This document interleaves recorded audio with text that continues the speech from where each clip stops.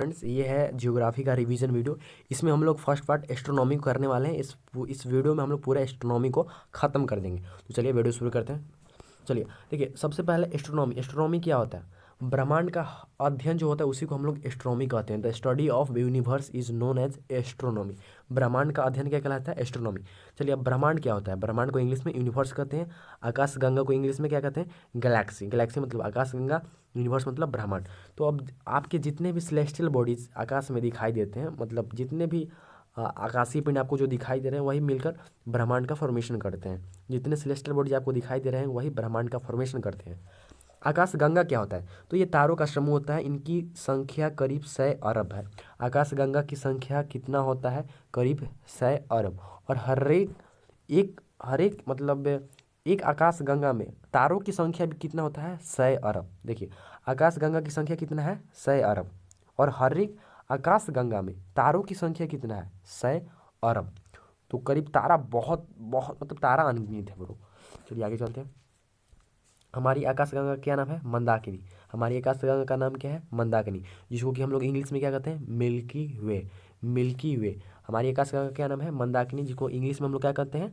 Milky वे। सबसे हमारा निकटतम गैलेक्सी कौन है? हमारे सबसे निकट का गैलेक्सी कौन है? तो वो है देवयानी, जिसको कि इंग्लिश में एंड्रोमेडा कहते हैं। देखिए यहाँ पर फिगर भी है, देखिए इसको पढ़ लेते। देखिए सबसे हम देखिए ये सब आकाशगंगा है। इधर ये आकाशगंगा, ये आकाशगंगा, ये आकाशगंगा।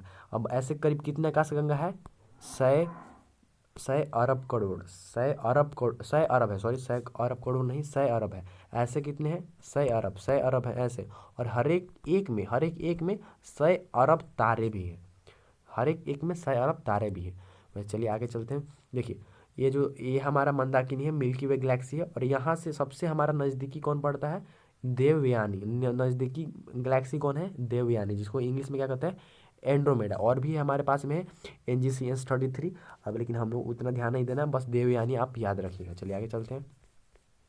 चलिए, तारे का औसत जीवन 10 अरब वर्ष का होता है। तारे का औसत जीवन कितना होता है? 10 अरब वर्ष का। आपको पता होगा कि सूर्य भी एक तारा है, तो सूर्य का भी जीवन कितना है? 10 अरब वर्ष। कितना है? 10 अरब वर्ष। अब लेकिन क्या होता है कि सूर्य जो है ना, वो 5 अरब वर्ष का जीवन काल पूरा कर लिया है। सूर्य है 5 अरब वर्ष जीवन काल पूरा कर लिया है। अब उसका कितना वर्ष बाकी है? 5 अरब वर्ष। 5 अरब वर्ष उसका जिंदगी बाकी है। चलिए अब तारे के बारे में पढ़ते हैं। तो तारा के पास अपनी ऊर्जा, अपना प्रकाश होता है। तारा के पास अपनी ऊर्जा होता है और अपना प्रकाश होता है। और उसके ईंधन क्या क्या होता है? हाइड्रोजन और हीलियम। उसके फ्यूल क्या क्या होते हैं? तारा मतलब किस किस से बना होता है? वो हाइड्रोजन और हीलियम। और उनके अंदर जो प्रोसेस होता है वो क्या कहलाता है? Nuclear fusion. संलयन अभिक्रिया से वो लोग बनते हैं। मतलब तारा का जो बनने का प्रोसेस है वो क्या कहता है? Nuclear fusion. होता क्या है कि जो हाइड्रोजन है ना, वो हाइड्रोजन न्यूक्लियर फ्यूजन करके हीलियम में चेंज होता है। हाइड्रोजन फ्यूजन करके हीलियम में चेंज होता है। और चलिए आगे चलते हैं। और ये प्रक्रिया क्या कहलाता है? Nuclear fusion. मतलब हाइड्रोजन हीलियम में चेंज होता है। और इस पूरे प्रोसेस को क्या कहते हैं? तारा बनने के प्रोसेस को संलयन अभिक्रिया, मतलब इस तरीका से बनता है। चलिए एक बार पहले डायग्राम देख लेते हैं, आपको ज़्यादा क्लियर हो जाएगा। देखिए, सबसे पहले ऐसे गैसों का गोला होता है। गैसों का गोला, जो गैसों का गोला आपस में मिलकर निहारिका का फॉर्मेशन करते हैं। निहारिका को इंग्लिश में नेब्यूला कहते हैं। निहारिका का इंग्लिश में क्या कहते हैं? नेब्यूला। नेब्यूला का निहारिका को इंग्लिश में क्या कहते हैं? नेब्यूला। नेब्यूला मतलब निहारिका। अब जो निहारिका होता है, इनसे बनता है तारा। अब तारा के अंदर कौन कौन सा रिएक्शन होता था? न्यूक्लियर फ्यूजन होता था, जिसमें हाइड्रोजन जो होता था हीलियम में चेंज होता था। न्यूक्लियर फ्यूजन के प्रोसेस से तारा का निर्माण होता है। अब तारा, अगर एनर्जी तारा का कम होने लगे, मतलब उसका जो फ्यूल है, ईंधन है, वो समाप्त होने लगे, तो वो लाल दानों का रूप लेता है। किसका रूप लेता है? लाल दानों का। किसका रूप लेता है? लाल दानों का। अब देखिए, लाल ही दानव बनता है श्वेत वामन, आगे जाके लाल ही दानव बनता है अभिनव तारा। वैसे देखिए निहारिका का इंग्लिश में क्या होता है? नेब्यूला। तारा का तो आपको पता है स्टार। और लाल दानों का इंग्लिश में रेड जेंट। लाल दानों का इंग्लिश क्या होता है? Red gent. लाल दानों का इंग्लिश रेड जेंट। श्वेत वामन का व्हाइट ड्वार्फ, काला वामन का ब्लैक ड्वार्फ, अभिनव तारा का सुपरनोवा। न्यूट्रॉन का न्यूट्रॉन, ब्लैक होल का ब्लैक होल, काला वामन ब्लैक ड्वार्फ, श्वेत वामन व्हाइट ड्वार्फ, अभिनव तारा का सुपरनोवा। चलिए देख लेते हैं। लाल ही दानव आगे बनता है श्वेत वामन, लाल ही दानव बनेगा अभिनव तारा, मतलब सुपरनोवा और व्हाइट ड्वार्फ दोनों लाल ही दानव बनता है। इसकी कंडीशन क्या है? अगर लाल दानव का जो मास है, लाल दानव का जो मास है, वो सूर्य के 1.5 गुना मास से कम हुआ। सूर्य के जो 1.5 गुना मास है, अगर उससे लाल दानों का मास कम होता है तो श्वेत वामन बनता है। कैसा बनेगा? व्हाइट ड्वार्फ बनेगा। लेकिन लाल दानों का मास अगर सूर्य के 1.5 गुना मास से ज़्यादा हुआ तो वो सुपरनोवा मतलब अभिनव तारा का रूप लेता है। समझ में आ गया? चलिए आगे चलते हैं। जो श्वेत वामन है, श्वेत वामन के बाद वो काला वामन का फॉर्मेशन करता है। श्वेत वामन मतलब व्हाइट ड्वार्फ को जीवाश्म तारा भी कहते हैं, और काला वामन को ब्लैक स्टार कहते हैं, मतलब वो मरा हुआ डेड स्टार कहते हैं, वो मरा हुआ तारा हो जाता है। लाल दानों से ही बनता है अभिनव तारा, अभिनव तारा बनता है मतलब सुपरनोवा, सुपरनोवा से ही बनता है न्यूट्रॉन, सुपरनोवा से ही बनता है न्यूट्रॉन, और न्यूट्रॉन ही फिर न्यूट्रॉन आगे जाके क्या बनता है? पल्सर और क्वेसर, पल्सर और क्वेसर, पल्सर और क्वेसर। अगर न्यूट्रॉन तारा में मैग्नेटिक प्रॉपर्टी और इलेक्ट्रिक प्रॉपर्टी आ गया तो उसको क्या कहते, वो इलेक्ट्रिक फील्ड आ गया, उसके पास मैग्नेटिक फील्ड आ गया, तो वही जो न्यूट्रॉन है वो पल्सर और क्वेसर का रूप ले लेता है। न्यूट्रॉन किसका रूप लेता है? पल्सर और क्वेसर का रूप ले लेता है। और फाइनली ये सब न्यूट्रॉन जो है जाकर ब्लैक होल बन जाता है। ब्लैक होल का खोज किसने किया था? चंद्रशेखर, चंद्रशेखर। और जो ये है सूर्य के मास का 101.44 टाइम्स मास जो होता है, इसको हम लोग कहते हैं चंद्रशेखर सीमा। इसको क्या कहते हैं हम लोग? चंद्रशेखर सीमा। इसको क्या कहते हैं हम लोग? चंद्रशेखर सीमा। ब्लैक होल का खोज कौन किया था? चंद्रशेखर। ब्लैक होल का खोज कौन किया था? चंद्रशेखर। चलिए आगे चलते हैं, अब पढ़ लेते हैं फिर से। तारा के पास अपनी ऊर्जा, अपनी प्रकाश होता है। इसका ईंधन क्या होता है? हाइड्रोजन और हीलियम प्लाज्मा अवस्था में। कौन सा अवस्था में? प्लाज्मा अवस्था में। इस कौन सा प्रक्रिया के बनता है? संलयन प्रक्रिया मतलब फ्यूजन के प्रोसेस से। निहारिका क्या होता है? नेब्यूला इंग्लिश में कहते हैं, गैसों का गोला होता है। श्वेत वामन को जीवाश्म तारा कहते हैं, मतलब श्वेत वामन, व्हाइट ड्वार्फ, अभिनव तारा। सुपरनोवा को विस्फोटक तारा कहते हैं। सुपरनोवा को कौन सा तारा कहते हैं? विस्फोटक तारा। चलिए, चंद्रशेखर सीमा क्या होता है? तो सूर्य के मास का 1.44 टाइम्स मास, सूर्य के 1.5 गुना मास को चंद्रशेखर सीमा कहते हैं। लाल दानों इंग्लिश में रेड जेंट, लाल दानों को इंग्लिश में क्या कहते हैं? Red gent. लाल दानों को इंग्लिश में क्या कहते हैं? Red gent. लाल दानों को इंग्लिश में क्या कहते हैं? Red giant. इसका ईंधन समाप्त मतलब जब ईंधन समाप्त हो जाता है तारे का तो उसको क्या कहते हैं? लाल दानव बन जाता है, कम हो जाता है मतलब, तो लाल दानव वो बन जाता है। देखिए, अब काला वामन क्या होता है? मृत तारा को क्या कहते हैं? काला वामन। काला वामन किसको कहते हैं? मृत तारा को क्या कहते हैं? काला वामन। काला वामन किसे कहते हैं? मृत तारा को काला वामन कहते हैं। ब्लैक होल का डेंसिटी बहुत ज़्यादा हाई होता है, घनत्व बहुत ज़्यादा, मतलब बहुत बहुत बहुत बहुत ज़्यादा होता है। ब्लैक होल का बहुत ज़्यादा घनत्व मतलब डेंसिटी बहुत हाई होता है। देखिए, और न्यूट्रॉन तारा क्वेसर और पल्सर का रूप लेता है जब उसके पास विद्युत तरंग और चुंबकीय तरंग या चुंबकीय क्षेत्र ये सब का प्रवेश हो जाता है। और क्वेसर का रूप कब लेता है? जब विद्युत तरंग आता है और चुंबकीय तरंग आता है। और पल्सर का जब चुंबकीय तरंग और चुंबकीय क्षेत्र। चलिए आगे चलते हैं। अब देखिए व्हाइट होल देख लेते हैं। व्हाइट होल है मतलब ये एक थ्योरी है बस, प्रकाश उत्पत्ति का स्रोत। वैसा कोई व्हाइट होल नहीं है कि मतलब वहाँ से प्रकाश आता होगा, नहीं, ऐसा ये बस थ्योरी है। मतलब जितने भी स्टार्स हैं आप, मतलब अगर स्टार्स को हम लोग बहुत दूर से देखें तो एक ही पॉइंट से वो पूरा लाइट आते हुए दिखाई देगा। इसी को हम लोग क्या कहते हैं? व्हाइट होल, प्रकाश उत्पत्ति का स्रोत। देखिए, अब जान जाते हैं तारे के रंग के बारे में। अगर तारा अगर व्हाइट है, कोई तारा अगर व्हाइट दिखाई दे रहा है, जैसे हम लोग सोते हैं तो व्हाइट दिखाई देता है, तो उसका मतलब जो टेम्परेचर है वो थोड़ा मतलब कम है। लाल अगर दिखाई देता है तो उसका टेम्परेचर, लाल दिखाई देता है तो उसका टेम्परेचर क्या है? थोड़ा कम है। अगर वो सफ़ेद दिखाई दे रहा है तो उसका जो टेम्परेचर है वो मीडियम है, सफ़ेद दिखाई दे रहा है। तो हम लोग जनरली हम लोग को जो तारा रात में दिखाई देता है वो सफ़ेद ही दिखाई देता है, तो उसका जो टेम्परेचर है थोड़ा वो मीडियम है, मतलब मीडियम है। और जो लाल दिखाई देता है उसका टेम्परेचर मतलब कम है। लाल का टेम्परेचर कम, सफ़ेद वाला का टेम्परेचर मीडियम है। और जो नीला आपको दिखाई दे रहा होगा उसका जो टेम्परेचर होता है बहुत ज़्यादा हाई होता है। देखिए, लाल वाला का टेम्परेचर बहुत कम, नीला वाला का टेम्परेचर बहुत ज़्यादा, और जो सफ़ेद होता है वो बीच में होता है, मतलब मध्यम ताप रहता है उसका, मिड टेम्परेचर रहता है। चलिए आगे चलते हैं। तारों का जो रंग किस पर डिपेंड करता है? तो पृष्ठ ताप पर। तारों का रंग किस पर डिपेंड करता है? पृष्ठ ताप पर। तारों का रंग किस पर डिपेंड करता है? पृष्ठ ताप पर। और तारा का भविष्य क्या उसके द्रव्यमान पर निर्भर करता है, भार। मैंने बताया था वहीं पर कि जैसे कि चंद्रशेखर सीमा कहते हैं, चंद्रशेखर सीमा कहते हैं, चंद्रशेखर सीमा कहते हैं। देखिए एक बार फिर से आप देख लीजिए। देखिए, अगर लाल दानों है, अगर लाल दानों का जो मास है जिसको द्रव्यमान कहते हैं, मगर मास सूर्य के 1.5 गुना मास से कम हुआ तो वही बनेगा श्वेत वामन।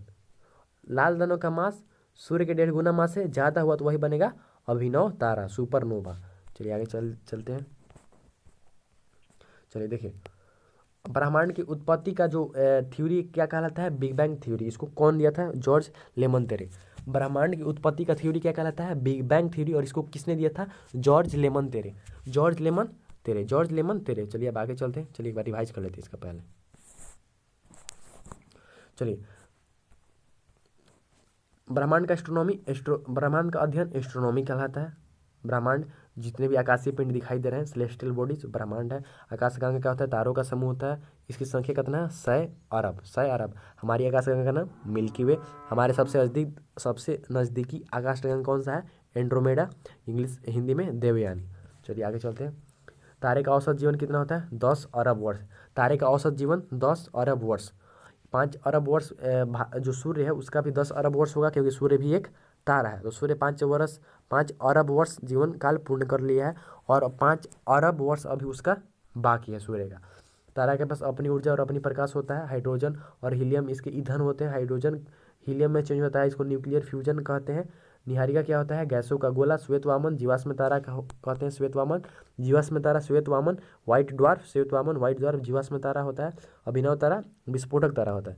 अभिनव तारा विस्फोटक तारा होता है। चंद्रशेखर सीमा सूर्य के मास का, सूर्य के द्रव्यमान का 1.44 टाइम्स, मतलब सूर्य के मास का 1.5 गुना, सूर्य के द्रव्यमान का 1.5 गुना। लाल दानव रेड जैन जिसको कहते हैं ईंधन समाप्त होने पर बनता है। काला वमन मृत तारा को कहते हैं। काला वमन मृत तारा को कहते हैं। काला वमन किसको कहते हैं? मृत तारा को। ब्लैक होल का जो टेम्परेचर होता है बहुत ज़्यादा हाई होता है। ब्लैक होल का जो टेम्परेचर होता है वो बहुत ज़्यादा हाई होता है। न्यूट्रॉन तारा आगे जाके क्वेसर और पल्सर बनते हैं, किसके कारण? जब उसमें मैग्नेटिक प्रॉपर्टी और इलेक्ट्रिक प्रॉपर्टी आ जाते हैं, वो इलेक्ट्रिक फील्ड्स मैग्नेटिक फील्ड्स उनके पास आ जाते हैं, तो न्यूट्रॉन तारा जो होता है क्वेसर और पल्सर का रूप लेता है। वाइट होल क्या होता है? बस एक थ्योरी है। जो तारा का जो अगर अगर कलर लाल दिखाई दे रहा है तो उसका टेम्परेचर कम है। अगर नीला दिखाई दे रहा है तो उसका टेम्परेचर बहुत ज़्यादा है। अगर सफ़ेद दिखाई दे रहा है तो उसका टेम्परेचर मीडियम है। तारा का रंग उसके पृष्ठ ताप पर निर्भर करता है, और जो तारा का भविष्य है कितना दिन तक वो तारा रहेगा उसके द्रव्यमान पर निर्भर करता है, और जिसे कि चंद्रशेखर सीमा हम लोग कहते हैं। ब्रह्मांड की उत्पत्ति बिग बैंग थ्योरी कहलाता है। इसको किसने दिया था? जॉर्ज लेमन तेरे। चलिए आगे चलते हैं। तो अब पढ़ते हैं तारामंडल क्या होता है। देखिए तारामंडल क्या होता है, तो तारामंडल क्या है? सूर्य से दूरी पर तारों का समूह।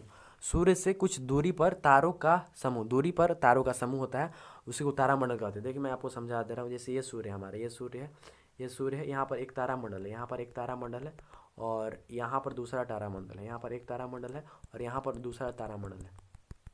देखिए ये सूर्य है, यहाँ पर एक तारामंडल है, ये एक तारामंडल है, यहाँ पर दूसरा तारामंडल है। देखिए ये एक तारामंडल है, ये दूसरा तारामंडल है। तो सूर्य से दूरी पर तारों का समूह, मतलब ये जो ये तारामंडल है, ये तारामंडल कहलाएगा, ये तारामंडल कहलाएगा, कॉन्स्टलेशन कहलाएगा। और जो पास वाला है ये नक्षत्र कहलाएगा। ये क्या कहलाएगा? नक्षत्र। मतलब सूर्य से कम दूरी पर तारों का समूह, दोनों तारों का समूह होता है, लेकिन सूर्य से ज़्यादा दूरी पर तारों का समूह क्या कहलाएगा? कॉन्स्टिलेशन। सूर्य से कम दूरी पर तारों का समूह क्या कहलाएगा? नक्षत्र। चलिए पढ़ लेते हैं। सूर्य से दूरी पर तारों का समूह तारामंडल कहलाता है। इंग्लिश में इसको कॉन्स्टलेशन कहते हैं। इसकी संख्या कितना है? 89। इसकी संख्या कितना है? 89। सेंटोरस और हाइड्रा प्रमुख है, याद कर लीजिएगा, इंपॉर्टेंट है। सेंटोरस और हाइड्रा प्रमुख है। सेंटोरस और हाइड्रा प्रमुख है। सेंटोरस और हाइड्रा क्या है? प्रमुख है। सेंटोरस और हाइड्रा कैसे हैं? प्रमुख है। सेंटोरस और हाइड्रा प्रमुख है। कौन कौन सा प्रमुख है? सेंटोरस और हाइड्रा। सेंटोरस और हाइड्रा कौन कौन है? प्रमुख है। चलिए आगे चलते हैं। नक्षत्र क्या कहलाता है? सूर्य के निकट तारों का समूह। इसकी संख्या कितना है? 27। इसका संख्या कितना है? 27। इसका संख्या कितना है? 27। अब चलिए कुछ थ्योरी पढ़ लेते हैं, कुछ लोगों के दिया गया था। तो टॉल्मी क्या बोला था कि जो सूर्य है वो पृथ्वी का चक्कर लगाता है। तो सूर्य थोड़ी ना पृथ्वी का चक्कर लगाता है, जो पृथ्वी है वो सूर्य का चक्कर लगाता है। तो इसका बात गलत हो गया था। कौन दिया था? टॉल्मी।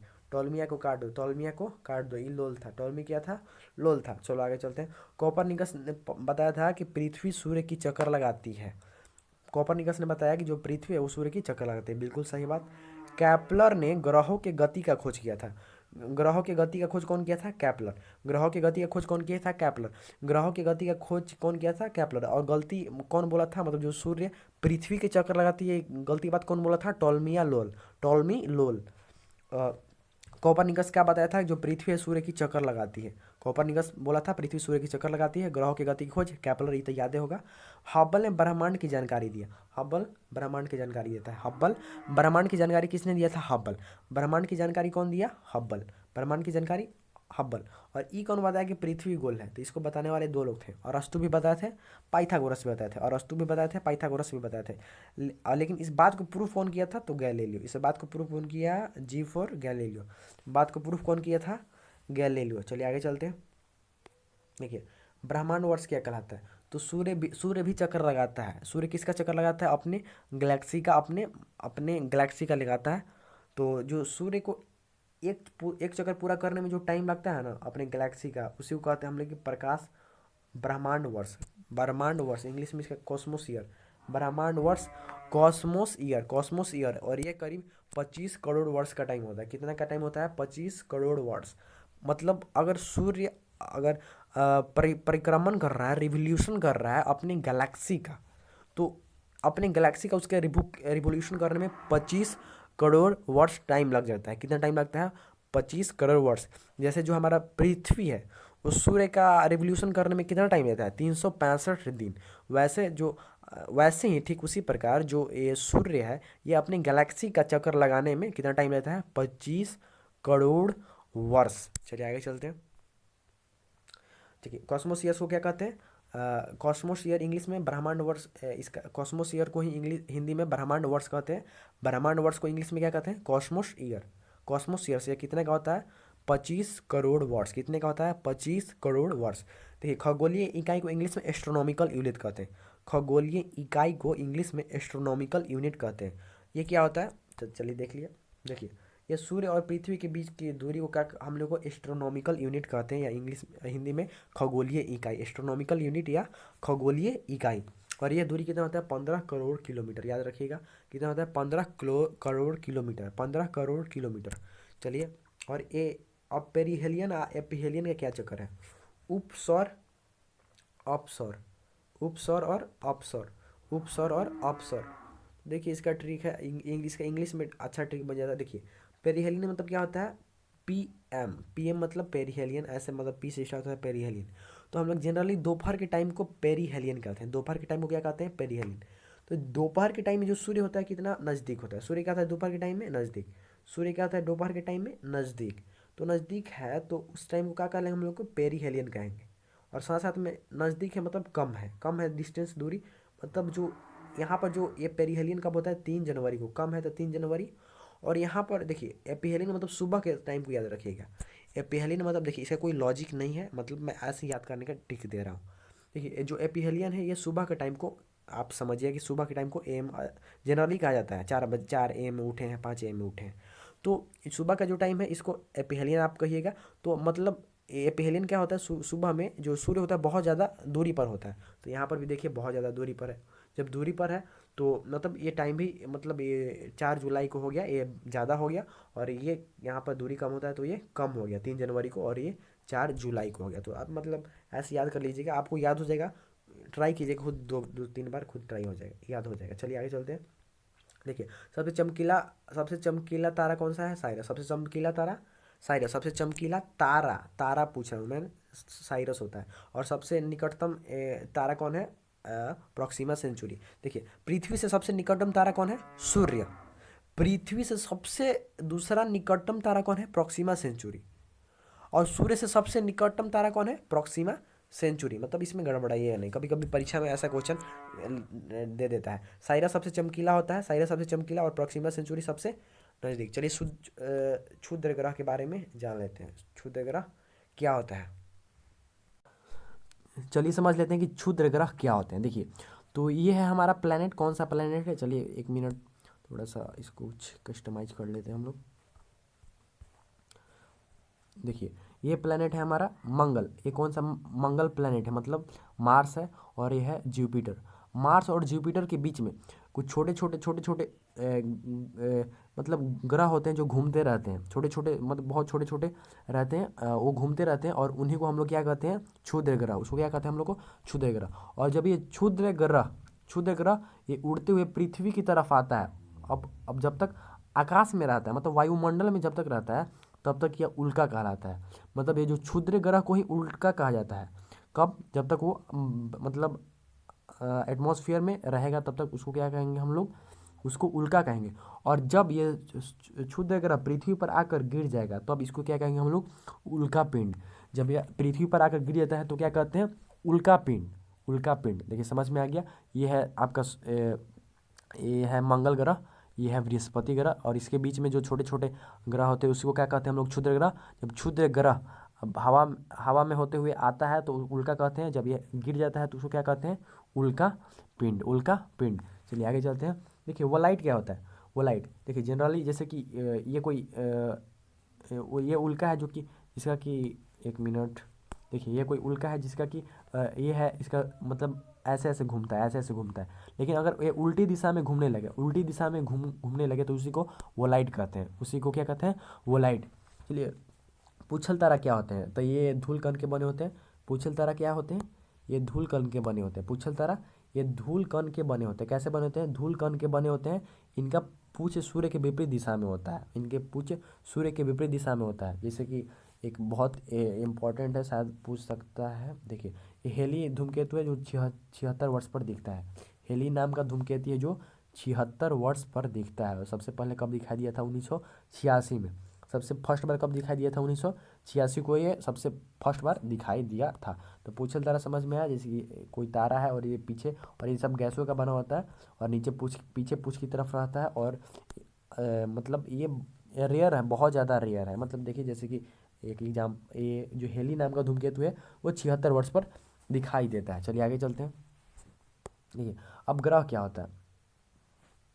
ग्रह, इनके पास अब खुद का उष्मा और प्रकाश नहीं होता है ये, और ये किसी तारे का चक्कर लगाते हैं। जैसे कि जो भी ग्रह है आप देखिए, उस उनके पास अपना ना लाइट होता है ना अपना हीट होता है। वो कहाँ से सूर्य से हीट और लाइट लेते हैं और साथ साथ में उस सूर्य का चक्कर लगाते हैं। उपग्रह क्या होता है? इनके पास इसके पास भी नहीं तो उष्मा होता है और ना ही इनका खुद का प्रकाश होता है, और यह ग्रह का चक्कर लगाते हैं, ये ग्रह का चक्कर लगाते हैं। चलिए आगे चलते हैं। अब देखिए सूर्य के बारे में पढ़ते हैं। तो सूर्य वो पृथ्वी का सबसे निकटतम तारा, पृथ्वी का सबसे निकटतम तारा सूर्य। बाद का निकटतम तारा, सूर्य के बाद का निकटतम तारा प्रॉक्सिमा सेंचुरी। सबसे चमकने वाला तारा साइरस, सबसे चमकने वाला तारा साइरस। चल देखिए अब इसमें इसमें प्लाज्मा अवस्था में हाइड्रोजन का संलयन हीलियम में होता है। मैंने अब ये सब तो हम लोग पहले ही पढ़ चुके हैं। फ्यूजन के द्वारा हाइड्रोजन जो होता है वो हीलियम में चेंज होता है, और ये सब प्लाज्मा अवस्था में होता है। चलिए आगे चलते हैं। फोटोस्फीयर क्या होता है? तो सूर्य के बाहरी भाग, सूर्य के बाहरी भाग को क्या कहते हैं? फोटोस्फीयर। सूर्य के आंतरिक भाग को क्या कहते हैं? क्रोमोस्फीयर। गलती लिखा यहाँ पर है, क्रोमोस्फीयर। सूर्य के आंतरिक भाग को क्रोमोस्फीयर, सूर्य के बाहरी भाग को फोटोस्फीयर। और सूर्य ग्रहण के टाइम जो भाग दिखाई देता है सूर्य का उसको कोरोना या किरीट कहते हैं। क्या कहते हैं? कोरोना या किरीट। देखिए फोटोस्फीयर बाहरी भाग सूर्य का, फोटोस्फीयर सूर्य का बाहरी भाग फोटोस्फीयर। सूर्य का आंतरिक भाग क्या कहलाता है? क्रोमोस्फीयर। और सूर्य का वो भाग जो ग्रहण के टाइम दिखाई देता है उसको क्या कहते हैं हम लोग को? कोरोना या किरीट। चलिए आगे कुछ और पढ़ लेते हैं। देखिए सबसे जल्दी घूर्णन कौन सा ग्रह करता है? तब बृहस्पति। सबसे जल्दी घूर्णन कौन सा करता है? तब बृहस्पति। सबसे देर में घूर्णन कौन करता है? देखिए घूर्णन मतलब रोटेशन होता है, अपने अक्ष पर रोटेट करना। तो सबसे जल्दी रोटेशन कौन करता है? बृहस्पति। सबसे लेट से रोटेशन कौन करता है? वो शुक्र है। सबसे जल्दी रेवोल्यूशन कौन करता है? परिक्रमण। तो वह है बुध। सबसे, क्योंकि वो सबसे नज़दीक है। सबसे देर से परिक्रमण कौन करता है? तो वो है वरुण, क्योंकि सबसे लास्ट में पड़ता है। चलिए और देख लेते हैं आगे। देखिए ये आपका एक डायग्राम है, चलिए इसको समझ लेते हैं। देखिए तो हाइड्रोजन से हीलियम में प्रोसेस से सूर्य के अंदर जो एनर्जी है वो बनता है, और इसका जो कोर होता है अंदर वाला भाग उसका करीब जो टेम्परेचर होता है वो 15 मिलियन होता है, बहुत ज़्यादा होता है। और सूर्य का आंतरिक भाग को क्रोमोस्फीयर कहते हैं। सूर्य के बाहरी भाग को हम लोग क्या कहते हैं? फोटोस्फीयर कहते हैं। ये सौर ज्वाला होता है। देखिए सौर ज्वाला कहाँ से निकलता है? सोलर स्पॉट से। सौर ज्वाला कहाँ से निकलता है? सोलर स्पॉट से। ये सोलर स्पॉट है, यहाँ से सौर ज्वाला निकल रहा है। सोलर स्पॉट से क्या निकलता है? सौर ज्वाला। सौर ज्वाला कहाँ से निकलता है? सोलर स्पॉट से। सौर ज्वाला कहाँ से निकलता है? सोलर स्पॉट से। देखिए ये सोलर स्पॉट है, सोलर स्पॉट यहाँ से निकल रहा है सौर ज्वाला, सौर ज्वाला। अब देखिए अगर पृथ्वी के ऊपरी भाग से सौर ज्वाला निकल जाता है, मतलब ये लाइट ही होता है, तो इसको कहते हैं उसको कहते हैं एरोर बोरियोलिसिस। एरोर बोरियोलिस। अगर वो पृथ्वी के नीचे वाला भाग से निकलता है तो इसको कहते हैं एरोग ऑस्ट्रोलियसिस, एरोग ऑस्ट्रेसियस। अब बोलने नहीं आता भाई, तनी इसमें प्रॉब्लम होता है। मतलब ध्यान दे दीजिएगा, पीडीएफ आपके पास होगा, पढ़ लीजिएगा। मतलब आप ध्यान दीजिए, ऊपर का बोरियोलिसिस होगा और नीचे का ऑस्ट्रोलिसिस। ऊपर का बोरियोलिसिस, नीचे का ऑस्ट्रोसिस।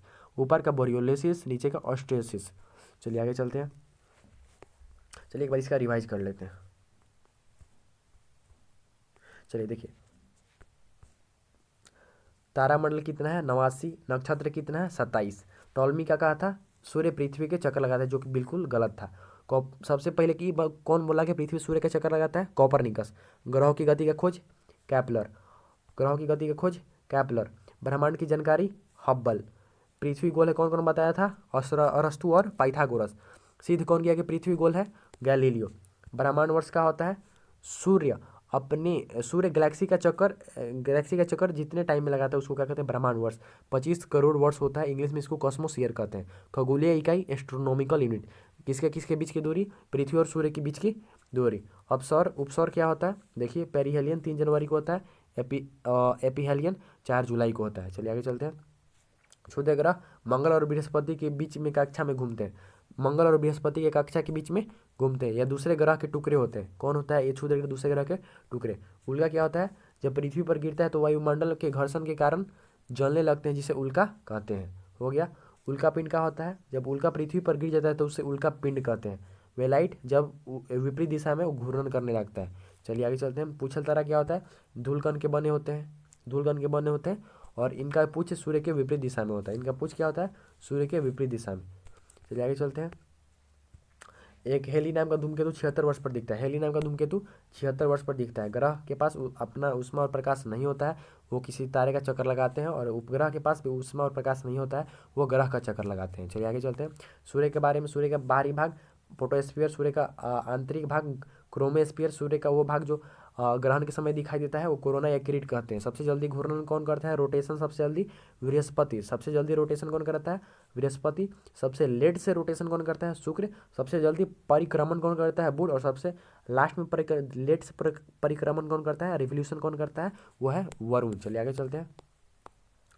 ये फोटो को मैंने समझा दिया था। देखिए, आंतरिक भाग का टेम्परेचर बहुत ज़्यादा हाई होता है, सूर्य का बाहरी भाग फोटोस्फीयर, सूर्य का आंतरिक भाग क्रोमोस्फीयर, और यहाँ से निकलता है सोलर स्पॉट्स, निकलता है सूर्य ज्वाला। सूर्य ज्वाला पृथ्वी के ऊपर जाता है तब बोरियोलिसिस, नीचे जाता है ऑस्ट्रियोलिसिस।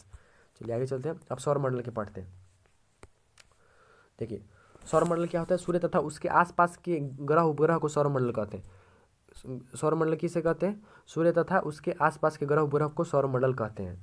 चलिए, आंतरिक ग्रह कौन कौन होता है पता होगा आपको, बुध शुक्र पृथ्वी मंगल, बुध शुक्र पृथ्वी मंगल। इंग्लिश में mercury Venus Earth Mars, mercury Venus Earth Mars. बाह्य ग्रह क्या होता है, बृहस्पति शनि अरुण वरुण। इंग्लिश में क्या हो जाएगा, Jupiter Saturn Uranus Neptune, Jupiter Saturn Uranus Neptune.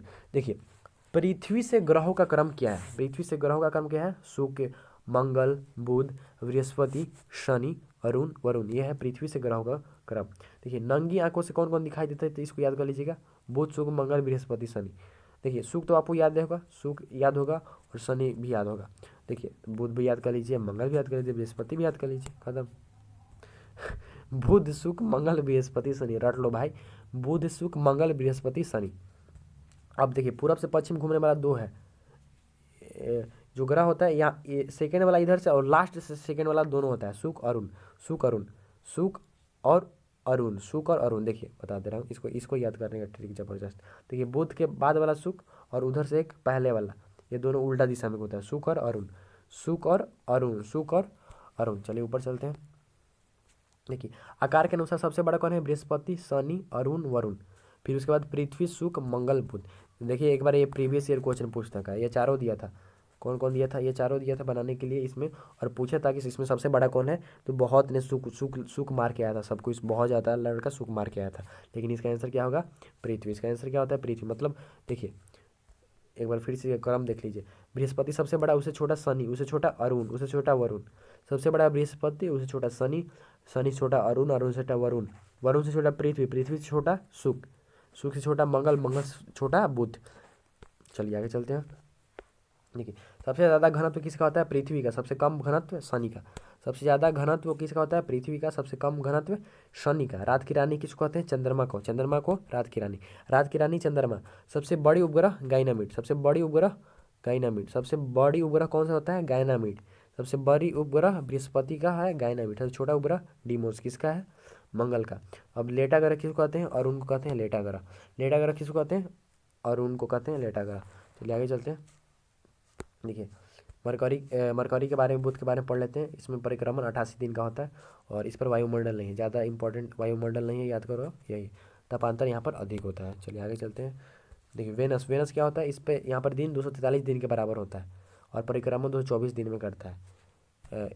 यहाँ पर एक घूर्णन मतलब एक दिन यहाँ पर 243 दिन का होता है। हम लोग का एक दिन 24 घंटे का होता है, यहाँ पर एक दिन 243 दिन का होता है यहाँ पर। और ये इसका परिक्रमण मतलब हम लोग 365 दिन में सूर्य का, पृथ्वी सूर्य का 365 दिन में करता है, लेकिन ये है सुख है वो पृथ्वी का 224 दिन में करता है। चलिए आगे चलते हैं।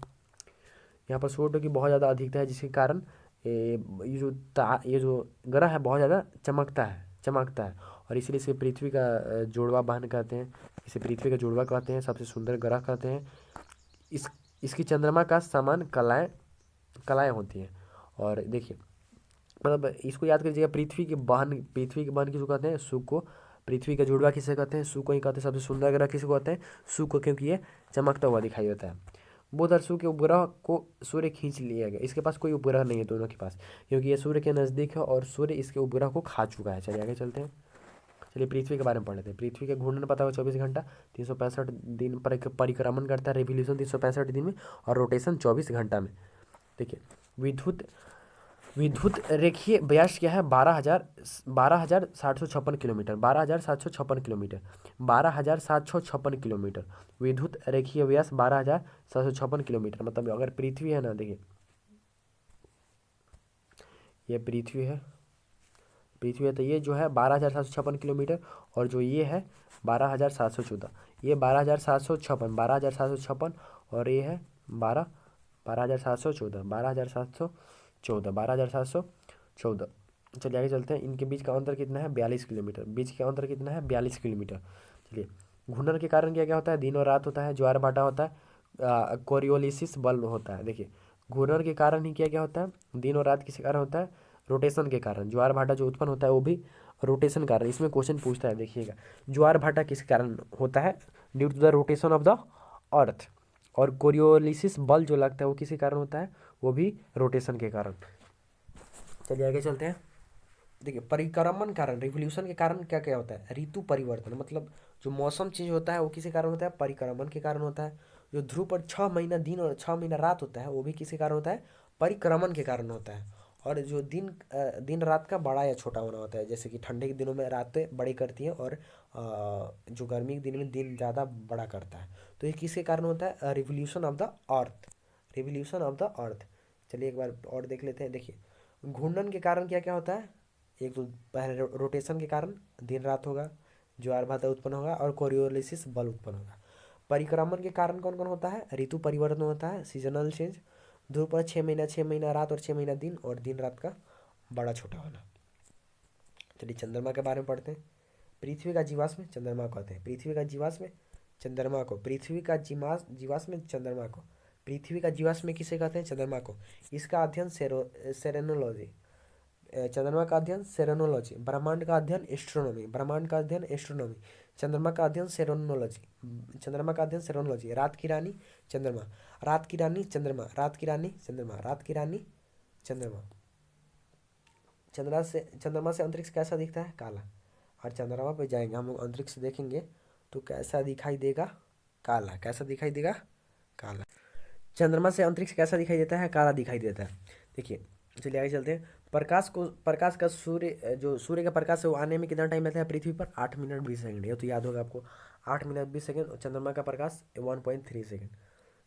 देखिए प्रकाश एक सेकंड बस, इसका मतलब चंद्रमा का प्रकाश का आने में कितना टाइम ले रहा है, 1 सेकंड, 1.3 सेकंड, याद रखिएगा।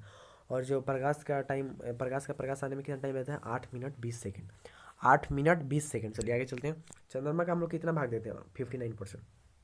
ये मैक्सिमम है, इससे ज़्यादा हम लोग देख ही नहीं सकते। चंद्रमा का मैक्सिमम भाग कितना देखते हैं, 59%।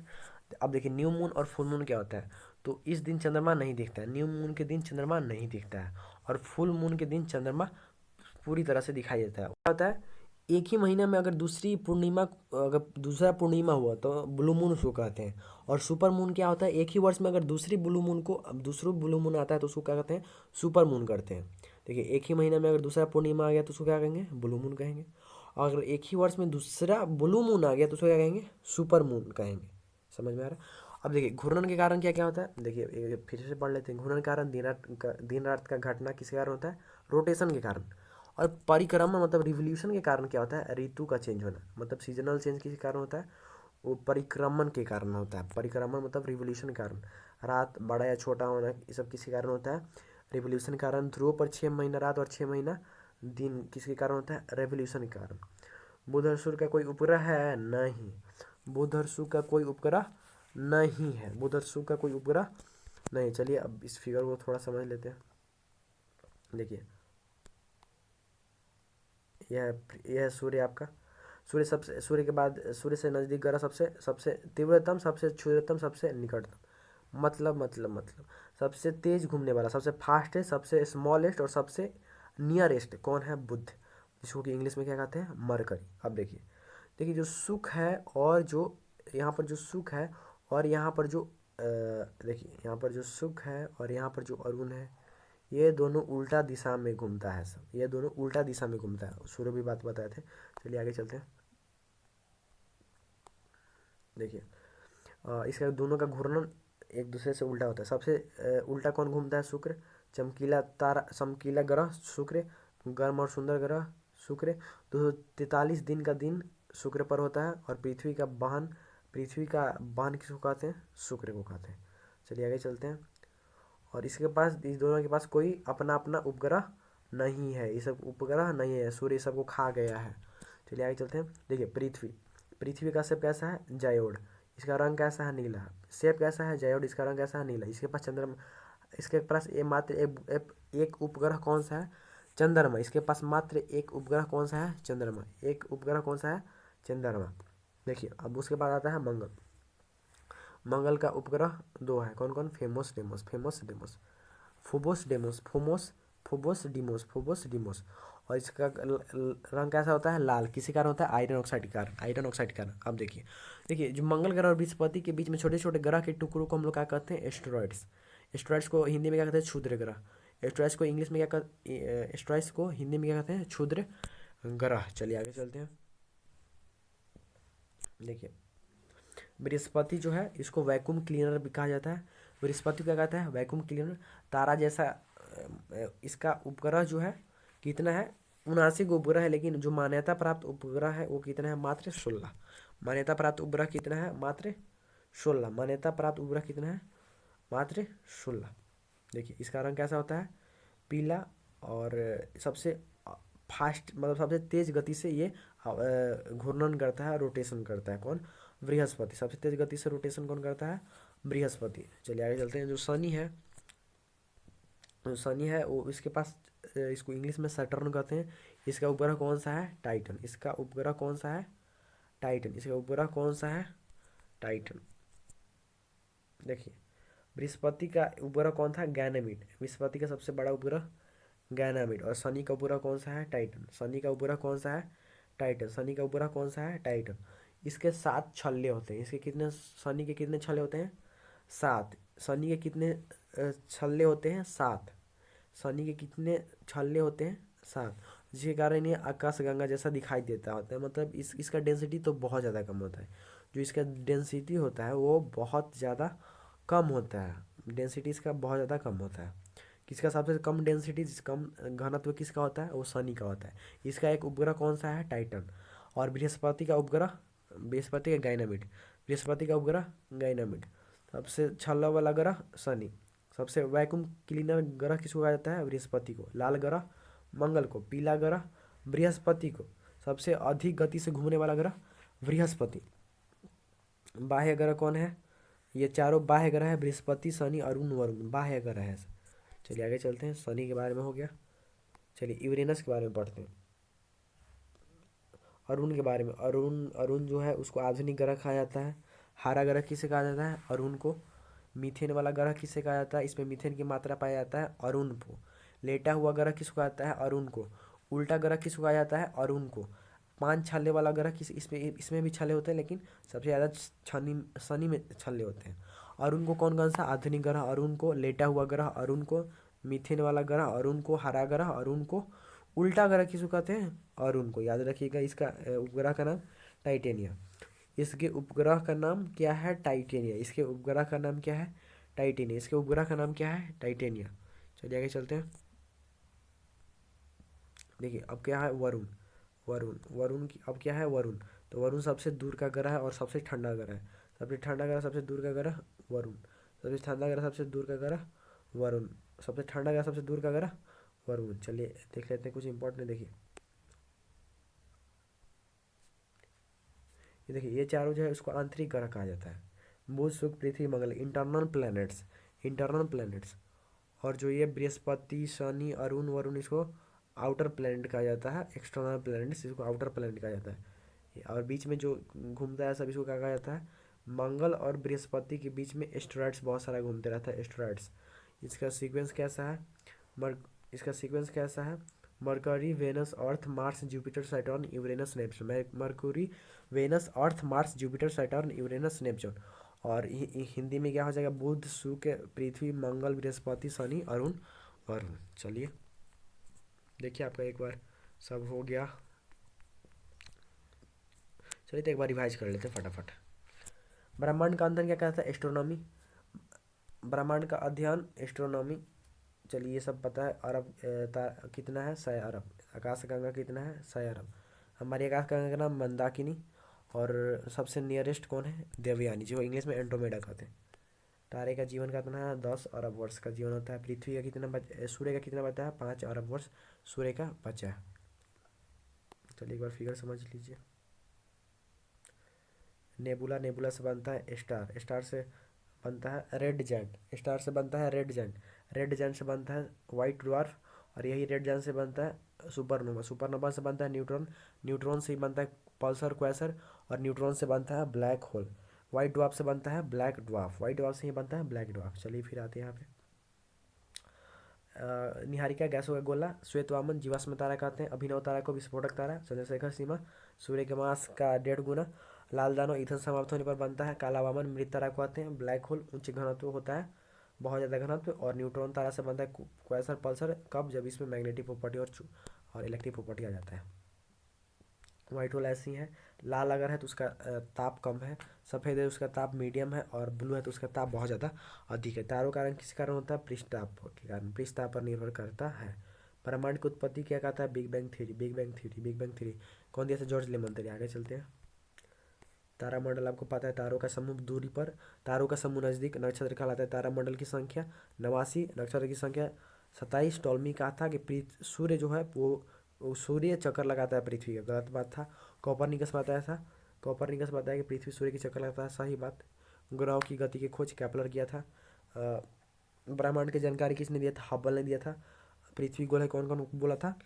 अरस्तु और पाइथागोरस। गैलीलियो ने प्रूव किया था कि पृथ्वी गोल है।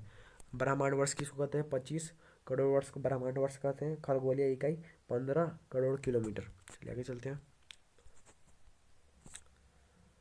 क्षुद्र ग्रह पता होगा, आप बता दिए। मंगल और बृहस्पति के बीच में जो घूमता है छोटा छोटा, उसको क्षुद्र ग्रह कहते हैं। उल्का जब क्षुद्र ग्रह वायुमंडल में आ जाता है उल्का कहलाता है, और जब पृथ्वी पर गिर जाता है उल्का पिंड कहलाता है। अगर जो ये उल्का उल्का जो है इनका अगर घूरना जो विपरीत दिशा में हो तो वेलाइट कहते हैं। पुच्छल तारा क्या कहलाते हैं? धूल कण के बने होते हैं, धूल कण के बने होते हैं। और इनका इनका जो पूछ होता है वो सूर्य के विपरीत दिशा में होता है। चलिए आगे चलते हैं। हेली नामक धूमकेतु 76 वर्ष पर एक बार दिखाई देता है। ग्रह क्या होता है? इसके पास अपना उष्मा ना होता है ना प्रकाश होता है। तारा का चक्कर लगाते हैं। और वो जो उपग्रह होता है इसके पास भी ना उष्मा होता है ना प्रकाश होता है, और यह ग्रह का चक्कर लगाते हैं। चलिए आगे चलते हैं। सूर्य का भाग, बाहरी भाग फोटोस्फीयर, आंतरिक भाग क्रोमोस्फीयर। मतलब जो हेती के समय दिखाई दे, ग्रहण के समय वो कोरोना या क्रीट कहते हैं। सबसे जल्दी रोटेशन कौन करता है? बृहस्पति। सबसे देर में रोटेशन कौन करता है? शुक्र। सबसे जल्दी रिवोल्यूशन कौन करता है? बुध। सबसे देर में रिवोल्यूशन कौन करता है? वरुण। चलिए आगे चलते हैं। चलिए इसको समझा दिए थे। सूर्य का आंतरिक भाग वही क्रोमोस्फियर। सोलर स्पॉट से निकलता है सौर ज्वाला। सोलर स्पॉट से निकलता है सौर ज्वाला। ऊपर गया बोरियोलिसिस, पृथ्वी के नीचे गया ऑस्ट्रेलोसिस। चलिए आगे चलते हैं। आंतरिक ग्रह याद होगा, बुध, शुक्र, पृथ्वी, मंगल। बाह्य ग्रह बृहस्पति, शनि, अरुण, वरुण। अब ये देख लीजिए नंगी आँख से कौन कौन दिखता है? बुध, शुक्र, मंगल, बृहस्पति, शनि। बुध, शुक्र, मंगल, बृहस्पति, शनि। आगे चलते हैं। सबसे ज़्यादा घनत्व पृथ्वी, सबसे कम घनत्व शनि, रात की रानी चंद्रमा, सबसे बड़ी उपग्रह गैनीमीड, बृहस्पति का सबसे छोटा उपग्रह डीमोस, मंगल का सबसे लेटा ग्रह अरुण। बुध के बारे में यहाँ पर कोई वायुमंडल नहीं है। वेनस के बारे में यहाँ पर घूर्णन 243 दिन में पूरा करता है। CO2 बहुत ज़्यादा है, जिसके कारण यहाँ पर जब बहुत सबसे ज़्यादा गर्म ग्रह सुख है। और साइन का तारा, सांझ का तारा और सुबह का तारा भी इस सुख को ही कहा जाता है। पृथ्वी के जुड़वा बहन किसको कहता है? सुख को ही कहा जाता है। सबसे सुंदर ग्रह सुख को ही कहा जाता है। पृथ्वी, बुध और शुक्र के पास कोई उसका उपग्रह नहीं है, सूर्य द्वारा खींच लिया गया है। पृथ्वी 24 घंटा में घूर्णन पूरा करता है, 365 दिन में परिक्रमा। इसका विषुवतीय व्यास 12,756 किलोमीटर और ध्रुवीय व्यास 12,714 किलोमीटर। दोनों के बीच का अंतर 42 किलोमीटर। बीच के अंदर कितना है? 42 किलोमीटर। चलिए आगे चलते हैं। घूर्णन के कारण क्या क्या होता है? दिन रात होता है, ज्वार भाटा होता है, कॉरियोलिसिस बल होता है। परिक्रमण के कारण ऋतु परिवर्तन, ध्रुव पर 6 माह का दिन रात होना और दिन रात का बड़ा या छोटा होना। चंद्रमा को पृथ्वी का जीवाश्म कहते हैं। इसका अध्ययन सेरोलॉजी। चंद्रमा से अंतरिक्ष कैसा दिखाई देता है? काला। चंद्रमा, देखिए, प्रकाश, सूर्य का प्रकाश आने में कितना टाइम लगता है पृथ्वी पर? 8 मिनट 20 सेकंड। चंद्रमा का प्रकाश कितना टाइम लेता है? 1.3 सेकंड। चंद्रमा का हम अधिकतम कितना भाग दे सकते हैं? 59%। नया मून क्या होता है? जब एक ही महीना, इस दिन चंद्रमा नहीं दिखता है। न्यू मून में चंद्रमा नहीं दिखता है। फुल मून में चंद्रमा पूरा दिखाई देता है। ब्लू मून में एक ही महीना में 2 बार चंद्रमा पूर्णिमा हो तो उसको ब्लू मून कहते हैं। अगर एक ही साल में 2 बार ब्लू मून हो तो उसको सुपर मून कहते हैं। घूर्णन के कारण दिन रात का घटना होता है, पता है आपको, ये सब पढ़ चुके हैं। चलिए आगे चलते हैं। बुध और शुक्र का उपग्रह नहीं, ये भी पता है आपको। देखिए, बुध सबसे त्रिवेंद्रम नक्षत्रम निकटतम है। शुक्र सबसे उल्टा, चमकीला, गर्म, सुंदर, और यहाँ पर 243 दिन के बराबर दिन होता है। पृथ्वी जो है जियोड शेप है, नीला है। इसका उपग्रह चंद्रमा। मंगल का 2 उपग्रह, फेमोस, डेमोस, सबसे छोटा डेमोस। बृहस्पति का सबसे बड़ा उपग्रह गैनामीड। और पीला ग्रह किसको कहता है? बृहस्पति को लाल ग्रह, मंगल को आयरन ऑक्साइड के कारण। शनि का 7 छल्ला है और इसका उपग्रह टाइटन है। और उनका उपग्रह टाइटेनिया है। आधुनिक हारा, CH4 लेटा हुआ ग्रह। उल्टा ग्रह सब किसको कहता है? अरुण को। और वरुण को सबसे दूर है, सबसे ठंडा ग्रह है। ये चारों बाह्य ग्रह है और ये चारों आंतरिक ग्रह है। शुरुआत के चारों आंतरिक ग्रह, ये सब चारों बाह्य ग्रह। चलिए ठीक है, वीडियो का ख़त्म करते हैं।